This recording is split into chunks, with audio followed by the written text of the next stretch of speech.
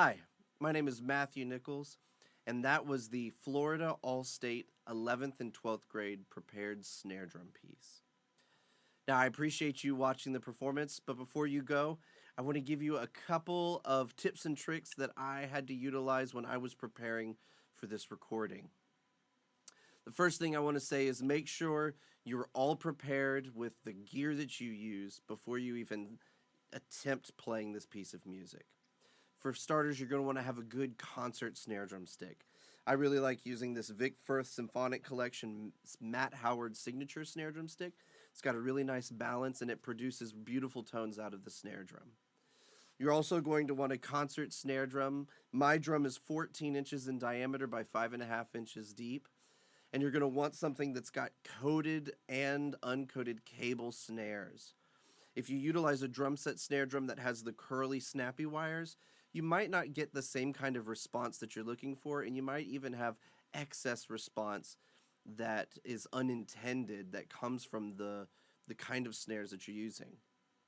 So once you have your setup the way you want, next thing you want to do is look at a couple of details in this piece that are going to be a little tricky to overcome. The first one is the dynamic range. So whenever you're dealing with multiple dynamics, I like to personally utilize three things: the zones on the snare drum, the heights of the sticks when I play, as well as the velocity of my stroke. So I take just a measurement on my drum, and I've created these lines. I've drawn lines with a pencil on my drum to help me be consistently locating my dynamics on the drum from changes from day to day so that I can build consistency also in the tone that I create for each dynamic. And I also use stick heights as well as the velocity of the stroke to help with my dynamics as well. Those three things are allowing me to produce each dynamic with the most amount of contrast for the listener. When you encounter some of the different requests in this piece, you're also probably going to have some questions. So if you're not working with a private teacher, make sure you ask somebody who has experience with concert snare drum music to help you go over some of the crushed rolls or the staccato noting on top of the rolls, as well as the tremolo, and to know what the differences between those two things are. And you'll notice that whenever I play through any of these pieces, whenever I'm focusing on my snare drum music, I'm trying my best to align every subdivision.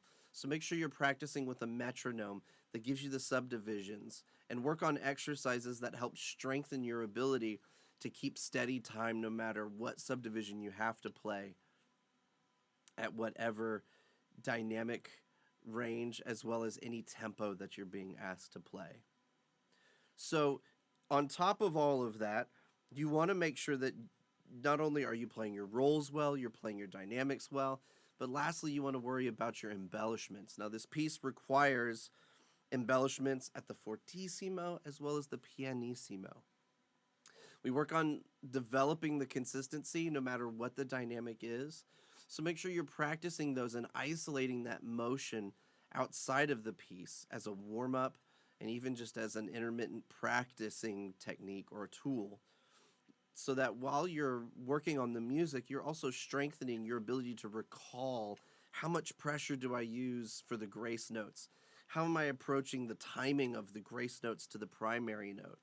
Utilizing that in its own practice time will allow you to recall it much better when you get to the piece of music. So I hope these things have been helpful for you today. And if you have any questions, feel free to reach out. Otherwise, I wish you all the best as you continue to prepare for your All-State audition.